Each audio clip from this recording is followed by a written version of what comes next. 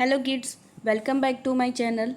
In previous video we learnt about the distance time graph for uniform motion. ठीक है, हमने ये previous video में पढ़ा था. So let's start today's video which is about non-uniform motion of one object.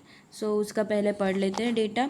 The following table shows the distance covered by a bus in equal time interval. Time interval is always equal, but the जो distance covering का matter होता है वो unequal होता है. That is called the non-uniform motion.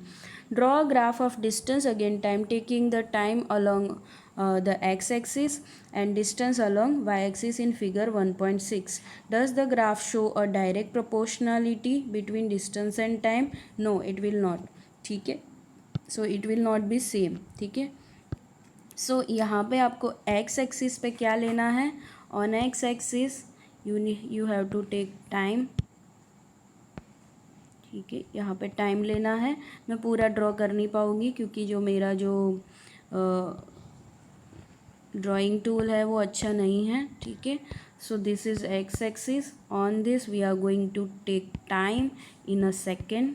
ठीक है, and on a y axis, this is y axis, we are going to take distance in a metre. ठीक है, आप खुद ड्रॉ करो अच्छे से. पर वो जो ग्राफ है ना, वो आपका ये वाला ग्राफ वो स्ट्रेट लाइन नहीं आएगा बिकॉज ऑब्जेक्ट इज़ मतलब कि बस is travelling eight non uniform motion. वो कैसे पता चलेगा? ठीक है, देखो यहाँ से 0 और 7 के बीच में डिफरेंस क्या है? 7. 7 और 12 के बीच में 5. 12 और 20 के बीच में 8. ठीक है, सो यहाँ 20 और 30 के बीच में 10.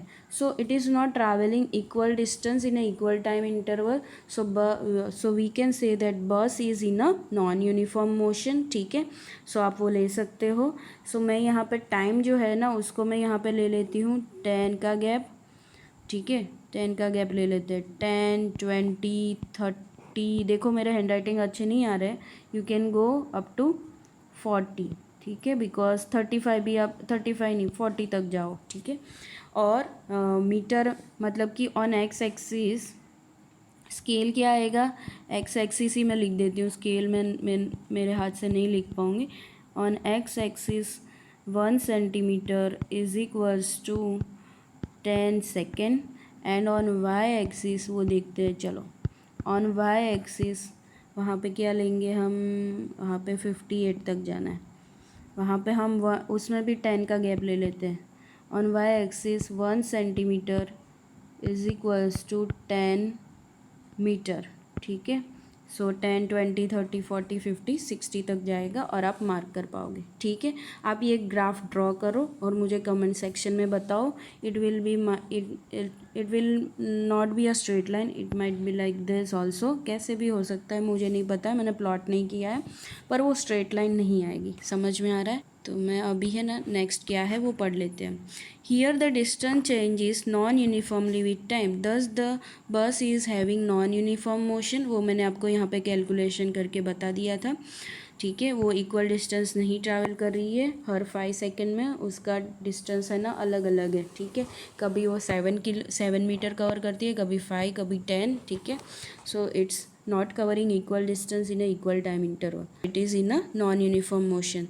So what do you see in the distance time graph for uniform and non-uniform motion?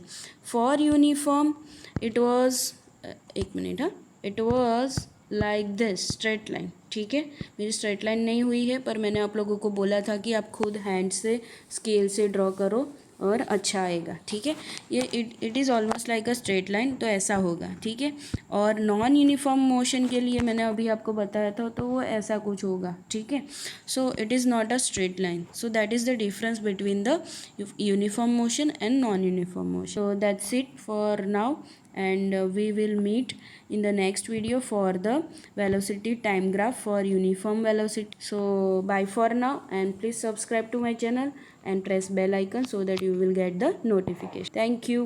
Share this video with your friends